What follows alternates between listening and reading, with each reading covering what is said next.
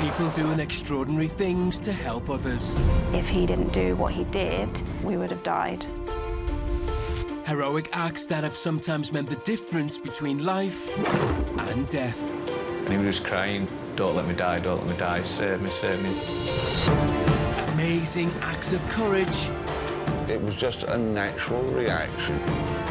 This guy needs help. Captured on dash cams, CCTV, and mobile phones.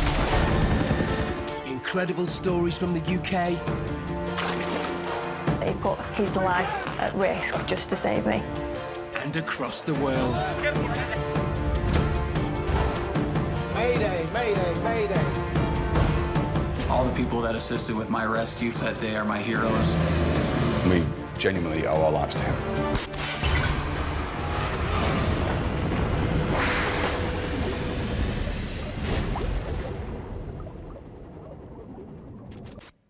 Today on Saved on Camera.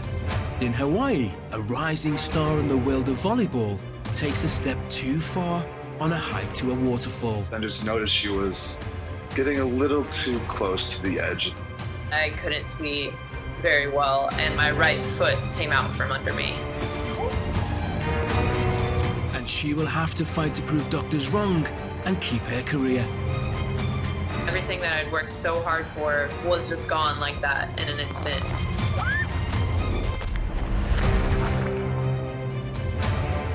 In the UK, a home invasion sees a husband fight off 3 masked men to protect his wife. You sort of see this sort of stuff on TV. You don't expect 3 armed men in your home. A paraglider pilot has crashed into a cliff on the Dorset coast. He's left hanging on for his life with a 500-foot drop below him. My friend has crashed his paraglider into a cliff. The rescue services are on their way, but they have only one clue to his location. The caller mentioned that the paraglider was stuck about 20 meters below a tree. And in the crystal clear waters of the Bahamas, a free diver makes a near fatal error. We weren't really careful of the depth. I just used up too much fighting the fish as I was down there. Leaving his brother to try and save him from drowning. Just one thing on my mind, go save him.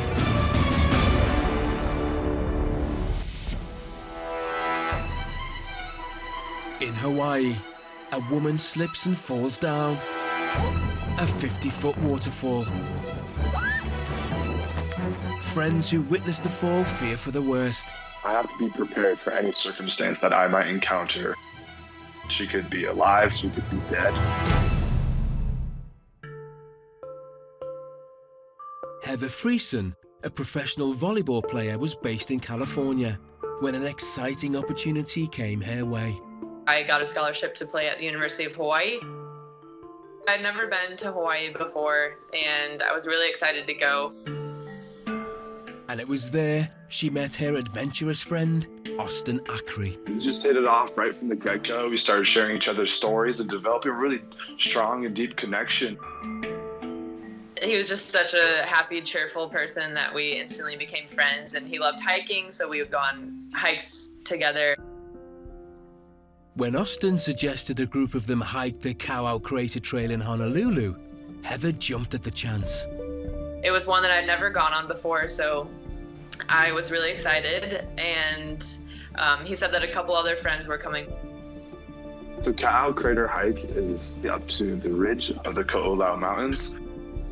We couldn't pray for a better day. There's blue skies, minimal clouds overhead. When we got to the beginning of the hike, there was a sign that said something like, Kawau Crater Trail, hike at your own risk. But we all just kind of laughed at it and said, no, we'll be fine. We're just going to keep going. I also remember saying, man, my season starts in a week. I better not roll my ankle or something because my coach would be really mad at me. The group continued climbing, keen to reach the top of the waterfall as fast as possible. The climb to the top of the waterfall wasn't all that difficult. It was fairly short, probably took no more than 5 to 10 minutes. Having climbed, the pair admired the scenery, but Heather's enjoyment was about to be cut short. Whoa. I really just wanted to take a look over the edge of the waterfall because in my mind I thought, how many times do you get to look over the edge of a 50-foot waterfall? I just noticed she was getting a little too close to the edge. There's this little trickle of water that was kind of in the shadows that I couldn't see very well. And so my right foot, unfortunately, just happened to step right on that. Whoa. And it came out from under me.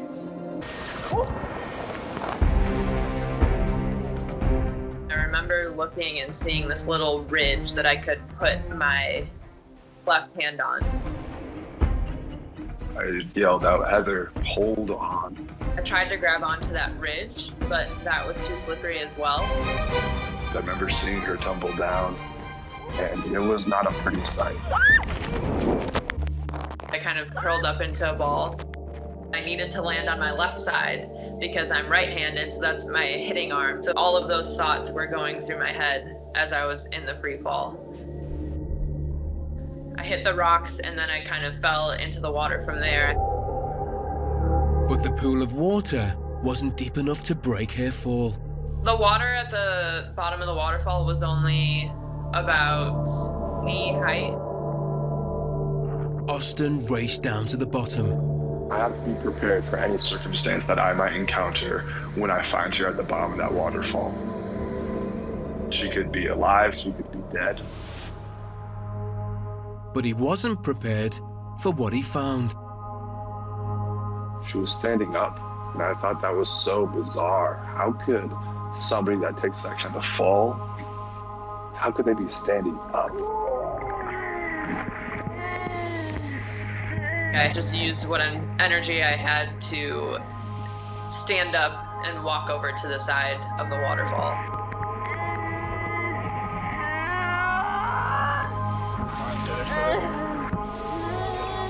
Even though Heather was moving around, Austin knew she could still be in danger. That's when other members of our group came down. I just told them, keep her awake. We do not want her falling asleep. We do not want her going unconscious. We want her awake and communicating with us. Do whatever you need to do to keep her conscious. Stay there, stay there. Stay there, don't move. After calling for local emergency services, a helicopter was dispatched. They kept telling me to just take deep breaths and that the helicopter was going to be there quickly. Due to the remote location, the Honolulu ground paramedic team was also dispatched. With them, Don Takara. She couldn't walk. She couldn't walk out of that area, so they needed to airlift her out. By this stage, Heather's adrenaline had subsided and pain had taken over. I need somebody down here to help me out. My whole left side felt like it was immobilized and like I couldn't move. I couldn't breathe very well. It felt like my left lung was sort of like wet, crumpled up tissue paper.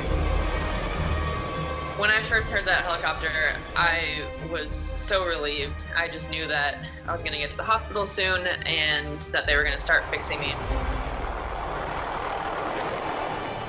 But the helicopter couldn't land there. Instead, a cage was sent down to airlift Heather to waiting ground paramedics. Fly her up to our location, which is a mile or two away from their location. As soon as I got through the trees, that was the most peaceful moment that I've ever had in my life. Which sounds crazy because it was amidst all this chaos, but I just felt so calm and I kept repeating to myself, God's got me, I know I'm going to be okay.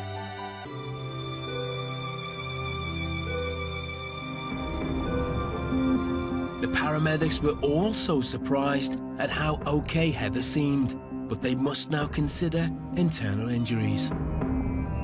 We've noticed there was crepitus in her chest, indicating that she had a punctured lung, basically. Riding over those roads is when I really started to realize what kind of pain I was in. Because her fall was so high, it was critical that we got her to the trauma center as soon as possible. Finally, in hospital, the true extent of Heather's injuries were revealed.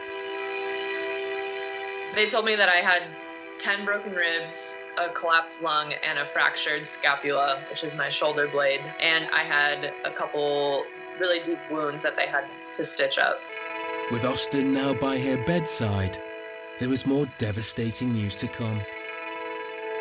The doctors told us the extent of her injuries, and from what he could tell, Heather would not be playing volleyball ever again.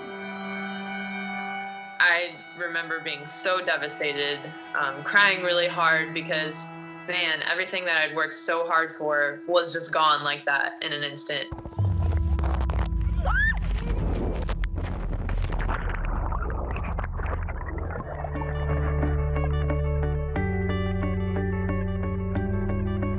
But Heather was to defy the doctor's predictions. It was the beginning of a very, very slow recovery process, but now I'm back to full strength and competing at the professional level, so it's just amazing.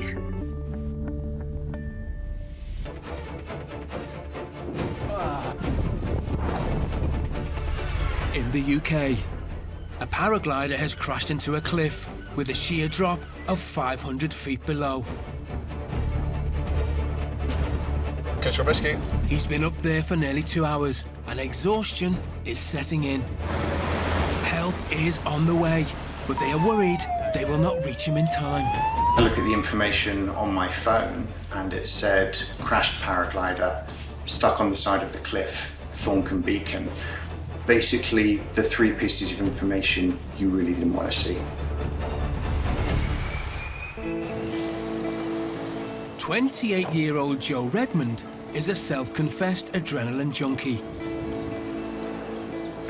My old hobbies were kite surfing and a couple of other things, but I decided, right, I'm going to go and find something. It's either paragliding or base jumping. And having trained at a paraglider school, he got his wings and he was up and away. Normal flying was a little bit slow for me, so I kind of like started to play around with the wing, and I really found acrobatic paragliding. It's kind of like it's like a boy racer of paragliding.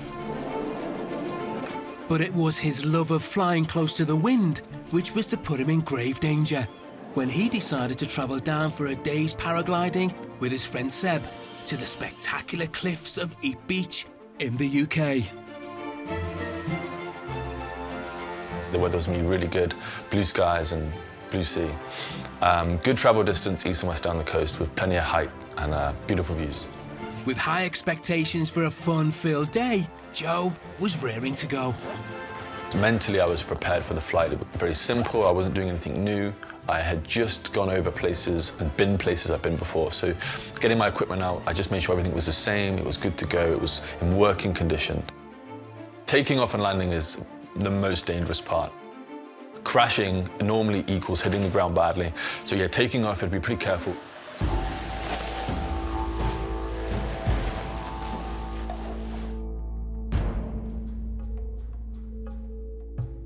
You've got like people surrounding you with their wings laid out, ready to run off the edge of the cliff, and the wind will give you enough energy to help you pull the glider up, guide it into an overhead position where you turn and face out to sea. Make sure you're in a good posture and you leave the hill and you're airborne.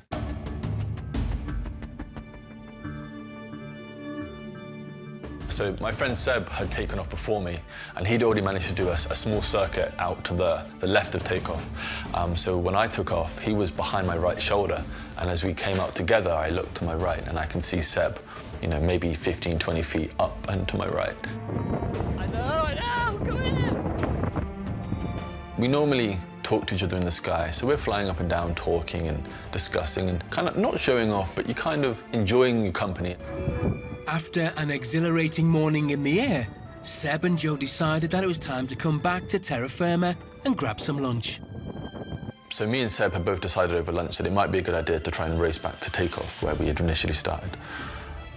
Seb has a faster wing than me, so he had the advantage, gave me the privilege of taking off first. How far forward is it?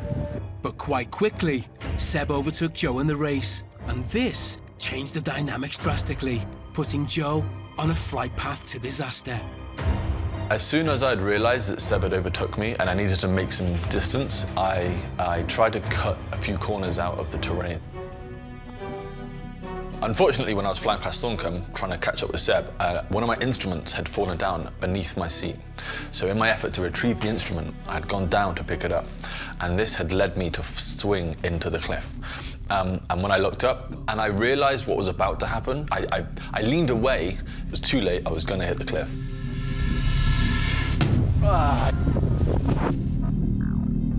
When I hit the cliff, the first thing that hit the cliff was my left side. My elbow swung in, my hip swung in, and my wing had then scooped onto the cliff edge, essentially grabbing the cliff and keeping me safe. I was now just hanging onto the rock, which is a lot better than a situation where you're half falling, half flying, you know, and I was lucky to be conscious the whole time as well. Just needed a moment to get over the pain, and then a moment to just go, well, where am I? Like, what is going on? So I started to look at how high I was. Where were people? Did they see me? I looked at the ground. I was like, okay, so I'm 25 meters up. I looked at the top. I was like, okay, so I'm like 15, 20 meters from the top. Am I gonna try and climb down? Am I gonna try and climb up? Am I gonna just sit here and play safe?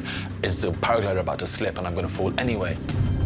It's very loose rock, not good to climb on. As he looked up, he spotted something that might help. I could see a ledge above my head that gave me more of a platform to stand on. It was a place where I could reevaluate with more time. There was a part of me that kind of felt more secure climbing than I did trusting the paraglider to hold my weight up. So I had climbed 2 meters from where I got stuck in my seat, and I'd found this ledge. It must have been maybe 2 square feet wide. It was a small ledge, just enough for your 2 feet.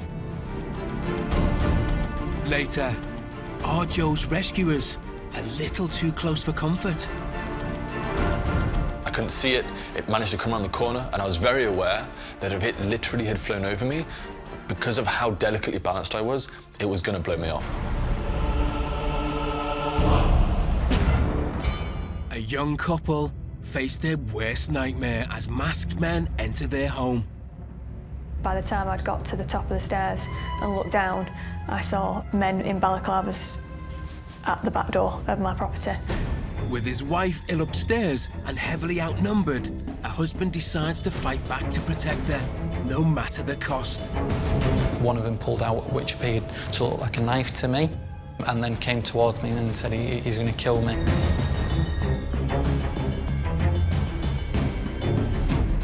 Loved-up couple Charlotte and Asif Ali live with their dogs in Rochdale near Manchester, in the UK.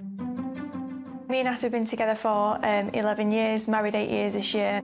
It's an amazing thing to find a man that treats you as his queen. It might sound a little bit cheesy, but when you find a person who just adores you as you are, you know, you can't ask for anything more, really. Asif works as an entrepreneur in the local community. I own a few small businesses within the town. I'm in clothing and also an estate agent. And following a successful day at work, Asif headed home as usual. We had dinner together. Charlotte said she wasn't feeling too well. I had a call booked with one of my clients. We are normally together for most of the evening until we go upstairs to bed.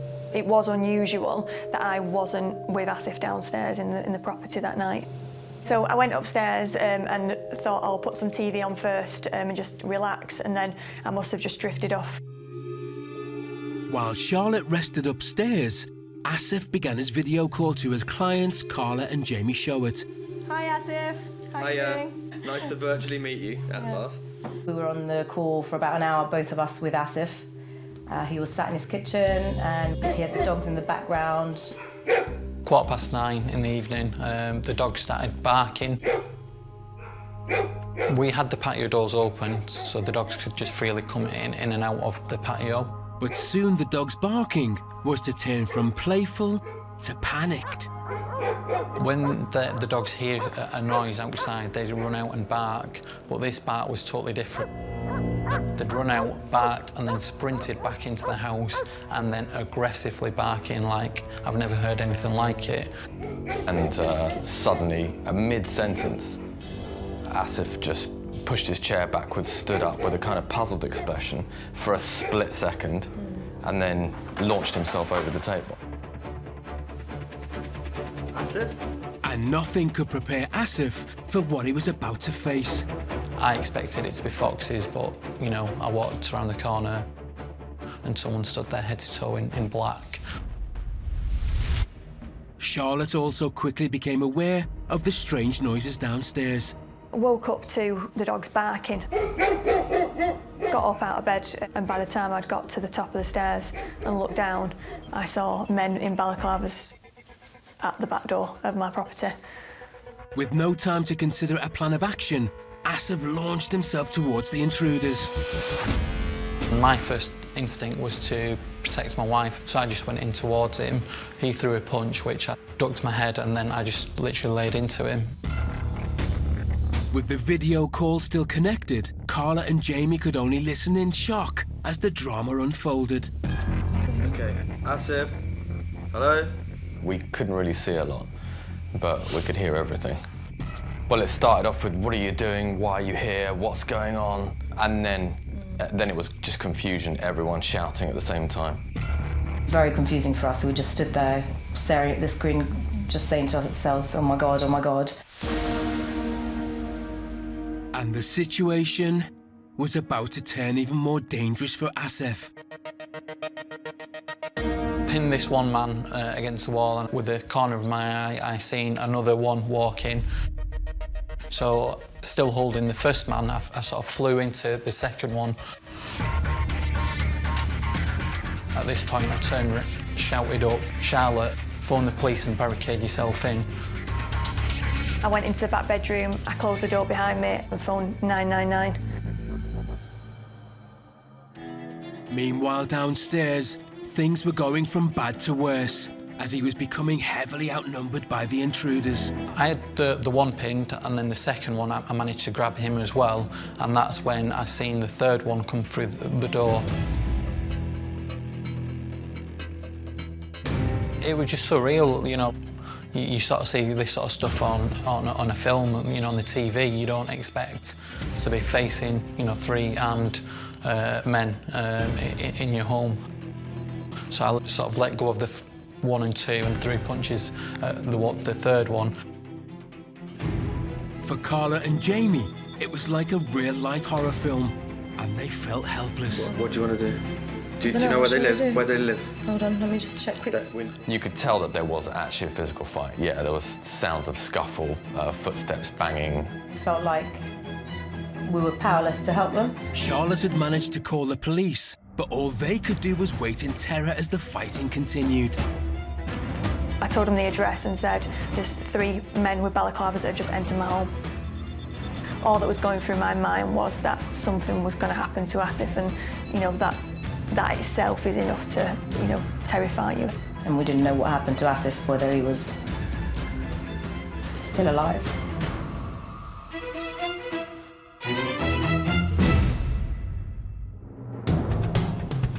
Later, with Asif heavily outnumbered by the attackers, things take a more dangerous turn. One of them pulled out which appeared to look like a knife to me, and then came towards me and said he's going to kill me.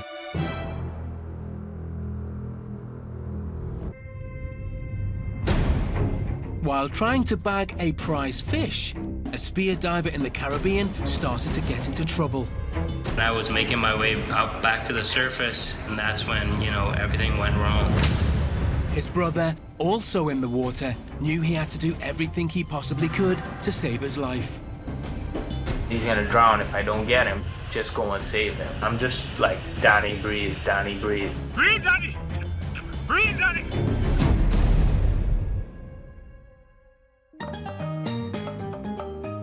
Millions of tourists opt for the glorious surroundings of the Bahamas every single year. And it's where Alex Mullings and his brother Danny spent most of their childhood. It's also where they developed their love of the sea. I love the water since I was a kid. I have been doing fishing since I was 14 years old. Me and Alex started diving about the same time, you know. He had a few months on me, And that was pretty significant because, you know, I was a rookie just starting out, and he was able to guide me along and help me out and help me to get better. The brothers share a close bond and a healthy sense of competition. Donnie and I would do just about everything together. We'd always try to see who's the best. Anything he did, you know, I'd try to be better than him. After getting to grips with fishing, they were both in search of their next pursuit. We just got tired of fishing and we wanted to try something a little bit more challenging. I fell in love with spearfishing. Spearfishing is where you just hold your breath, you have a snorkel and you have a mask, and you survey the underwater and you look for your next meal, you look for a fish. Free diving means the brothers can only stay below the surface for a limited amount of time before they need to rise for more air. Generally, my dives are anywhere from a minute to a minute and 30 seconds, or even sometimes 2 minutes. The brothers were separated when Danny went off to study in the States. Their new pursuit would have to wait until the Christmas break. I had just gotten back from university and we were pretty eager to go out and, you know, do some spearfishing. And Alex was keen to plan a trip that they'd never done before. It would turn out to be a trip that they would never forget. The night before, I've been looking at spots that we maybe didn't dive on that looked good. As soon as the first light was up, we drove to the pier where we have our boat docked up. It was my dad, my sister, and my brother. The party headed out to a location neither had been to before, and it wasn't long before they saw a prize. When we drove over this spot, and we saw like a grouper, and we were like, okay, well, let's see if we can get that grouper. Both knew they had to prepare, but neither knew how deep they were about to dive. We weren't really careful of the depth. Before any dive, you want to take in as much air as possible before you go down. You have to be very conscious of the speed that you're doing and the energy that you're burning in chasing this fish. We jumped in and we started our hunt. Danny was determined to bag this group of fish and went back down alone. Danny went down, he dove on one hole and then he swam around to the other hole and he checked it. It was pretty deep, I want to say about 70 feet. And you know, I went down all the way to the bottom. I stayed down for quite a bit. What must have been going through his mind was, okay, I don't see the fish, so let me head back up. Then I see him stop and he starts to deviate. Danny may have lost sight of the grouper, but caught sight of a bigger prize. As I was gonna come back up, I saw this nice hogfish, and I just had to shoot it. I see the hogfish that he's stalking, and then he lines his shot up with his pole spear, and he shoots the hogfish. Danny had got his prize fish, but at what cost? You know, I just used up too much fighting the fish as I was down there and trying to swim back up. He starts to come back up with the hogfish. And I was making my way up back to the surface, and that's when, you know, everything went wrong. When he got like midway, he started to lose control. It was just the lack of oxygen in the body. I'm thinking, oh, well, what is he doing? You see like bubbles, he loses motor control, and he begins to sink. As soon as I hit the surface, that's the last thing I remember. Later, Alex faces a desperate battle to save his brother from drowning. Like, my mind was just dive, get him, come back up. Back in the UK, a paraglider pilot has flown into a cliff. He is 500 feet up with a sheer drop below. But he has found a small ledge and is hanging on for dear life. So I had climbed 2 meters from where I got stuck. It was a small ledge, just enough for your 2 feet. Having secured himself, all Joe could do was wait for help. And luckily, his friend Seb had made a call. Catch your rescue. Hello. My friend has crashed his paraglider into a cliff at Thorncombe Beacon. He is stuck on literally the side of the cliff, probably about 20 metres from the top. There's a tree at the top, that's 60 metres from the bottom. So he's looking at a very nasty fall, and he doesn't have a very big leg. Okay, that's great, mate. All right, cheers, but we do have assistance coming. The call came through to Jake Lanning, the Deputy Station Officer for West Bay Coast Guard. Just after 6 o'clock, the pages went off. I had a look at the information on my phone, and it said crashed paraglider, stuck on the side of the cliff, Thorncombe Beacon. Basically, the 3 pieces of information you really didn't want to see.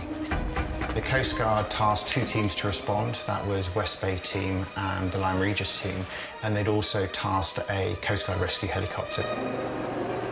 There are no roads up to Thorncombe Beacon, so we travelled as far as we could on the main roads and then drove off-road the rest of the way. But when they arrived, they couldn't see anything and didn't know where to look. Luckily, when Seb had phoned, he had mentioned a vital fact. In the 999 call, the caller mentioned that the paraglider was stuck about 20 metres below a tree. There are no other trees up there apart from this one right near the edge of the cliff. So we set up our rescue equipment above that tree. The Coast Guard helicopter had also arrived. Not a welcome sight for Joe, who had been hanging onto the cliff ledge for 2 hours and was starting to feel exhausted. I heard it, I couldn't see it, it managed to come around the corner, and I was very aware that if it literally had flown over me, because of how delicately balanced I was, it was going to blow me off. Our officer in charge spoke with the helicopter pilot, who had a very clear view of where the casualty was. The decision from the helicopter was that actually this isn't a rescue that they should attempt. If they got too close to the casualty, the downdraft from the helicopter, which is significant, could have quite simply blown them off the cliff. I didn't overhear the conversation between our officer in charge and the helicopter pilot, but I remember vividly one of the other officers tapping me on the shoulder and saying, "Jake, you're going over." I remember looking over the edge of the cliff for the first time and suddenly feeling quite sick.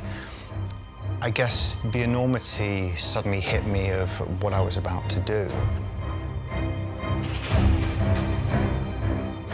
I could see the paragliding wing stuck on the cliff below me. I couldn't see him, but I headed towards the wing.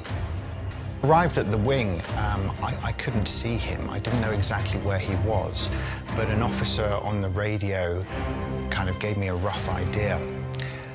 I actually lifted the corner of the wing up so I could see further down the cliff, and there he was. He was stuck on a very small ledge with his hands around a rock. I could start hearing the rescue team like rappelling down to me.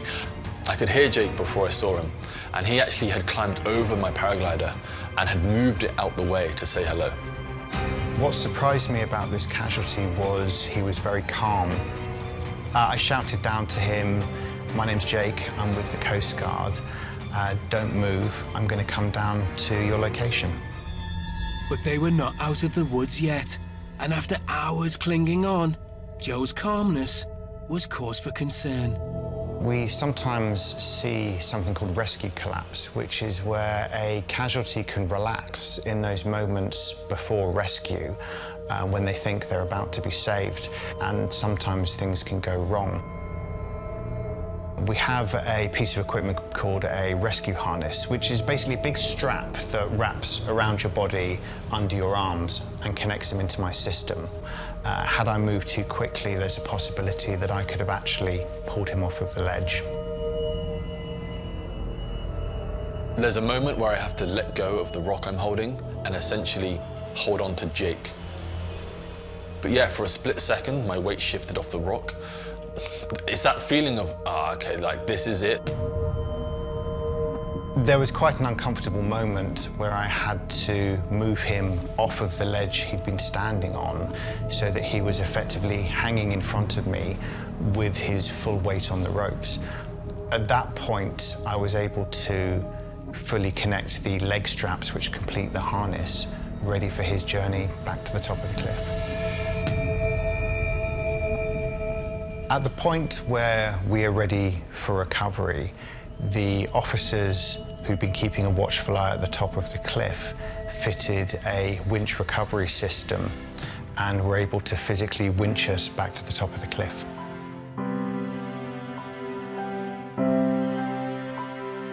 When I finally got over the top, I was very happy just to be stood up, back on level ground.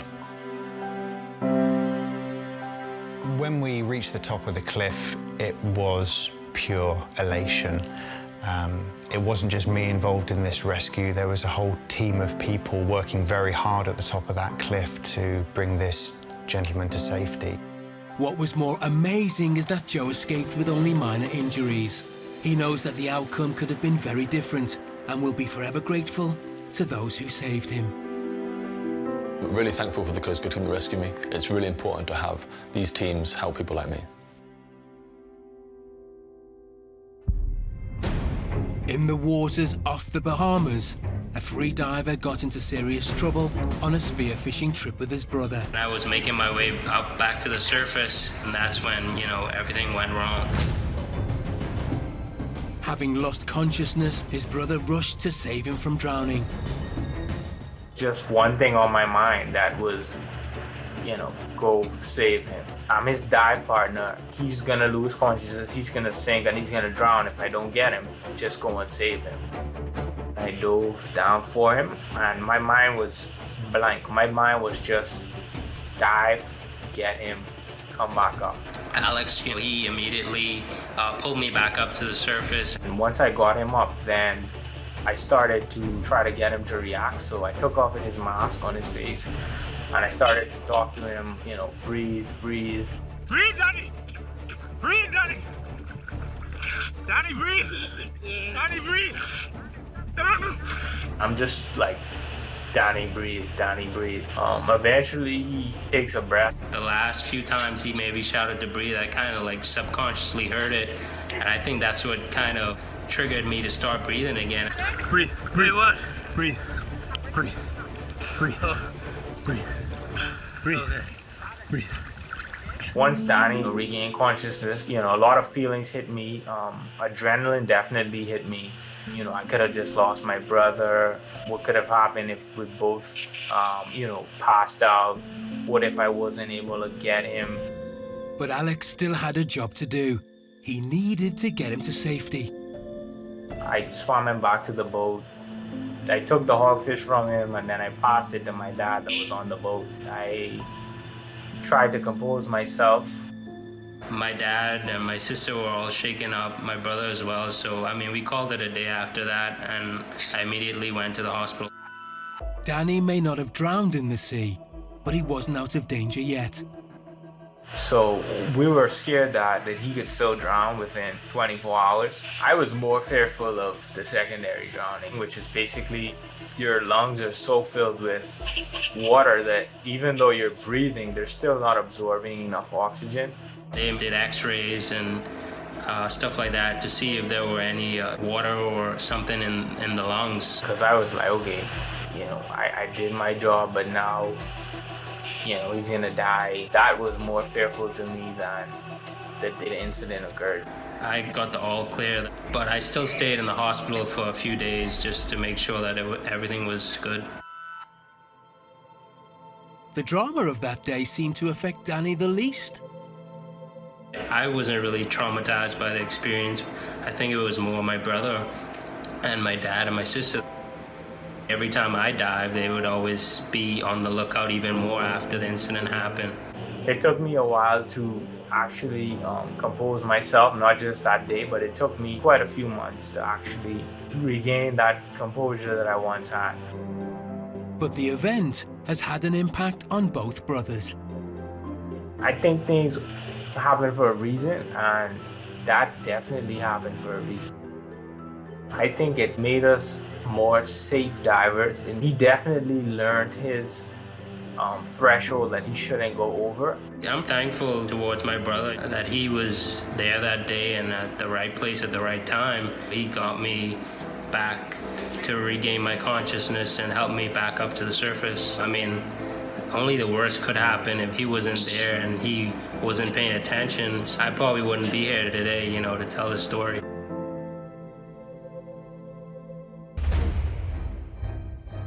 Earlier, a husband was single-handedly fighting off intruders to protect his wife. But the situation was looking increasingly dangerous as the burglars weren't about to give up. Asif? In their home in London, his business associates could only listen in shock as they heard what was going on via their video call.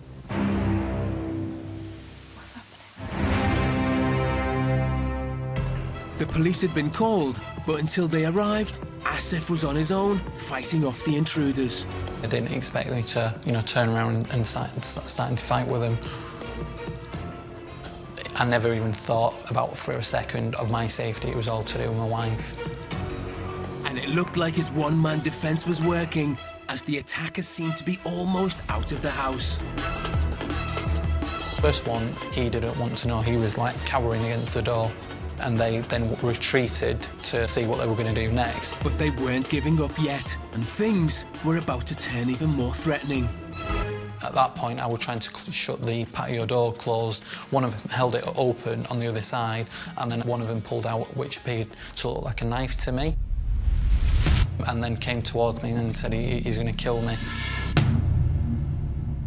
He ran back past the screen, and we're like, oh my God, Asif, are you okay? Are you okay? And obviously he didn't, he literally just whoosh, past the screen and then whoosh, back again. Fearful for his life and adrenaline pumping, Asif ran to the kitchen to find something to protect himself with. He followed me in. I grabbed 2 kitchen knives and turned around and looked at him. Luckily for him, this tactic worked. He then closed the kitchen door and then he then walked out. So at this point, I think they didn't want to know.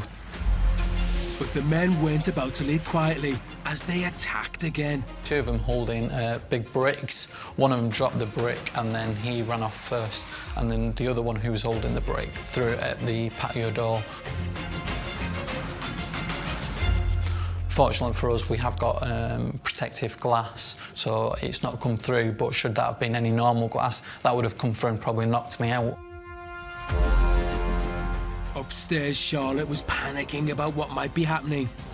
I didn't know what it was, I just heard a massive bang, so at that point I did go downstairs, and what I thought I could do, I honestly don't know, but there was no way I could stay upstairs hearing that sort of noise.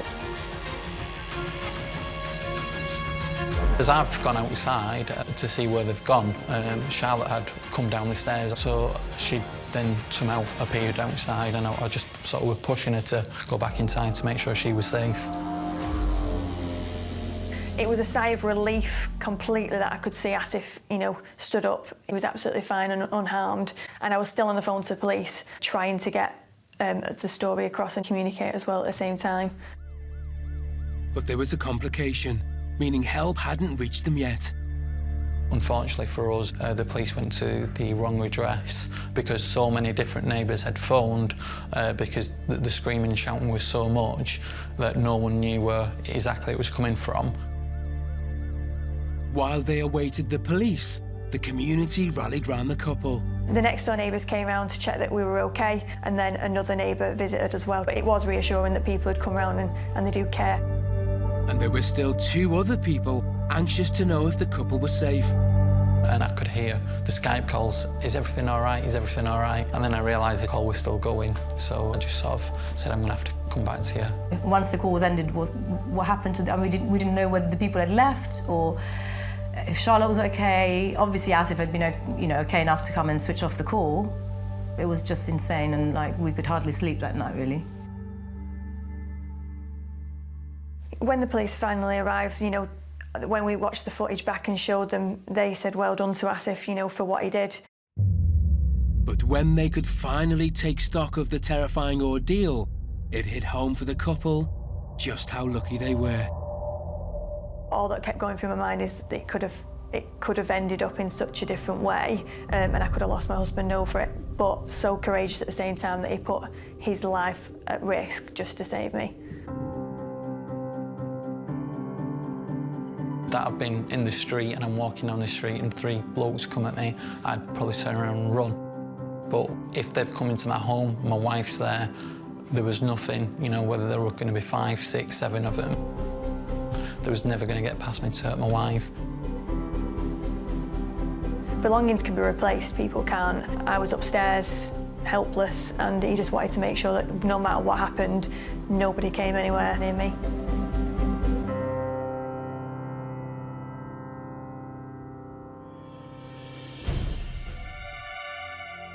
Earlier, we saw a paraglider pilot rescued by the Coast Guard team in Dorset, in the UK.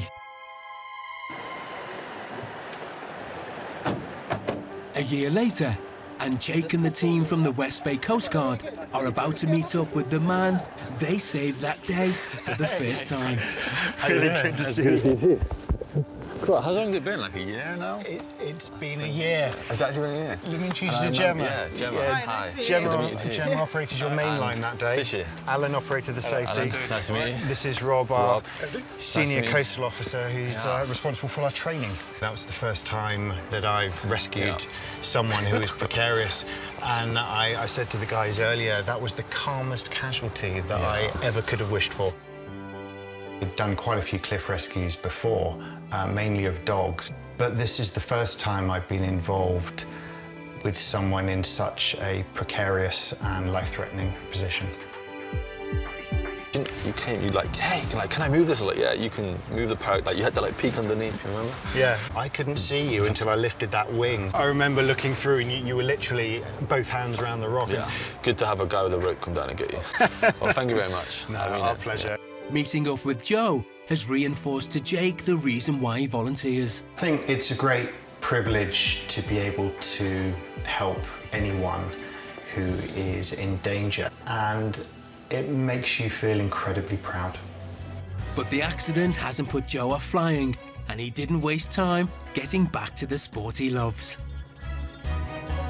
It's taken perhaps a week or two to get over the crash, but I was back in the air. The next weekend I was flying deep again. It was like, get back on the horse, you know, be careful, play it safe, keep flying.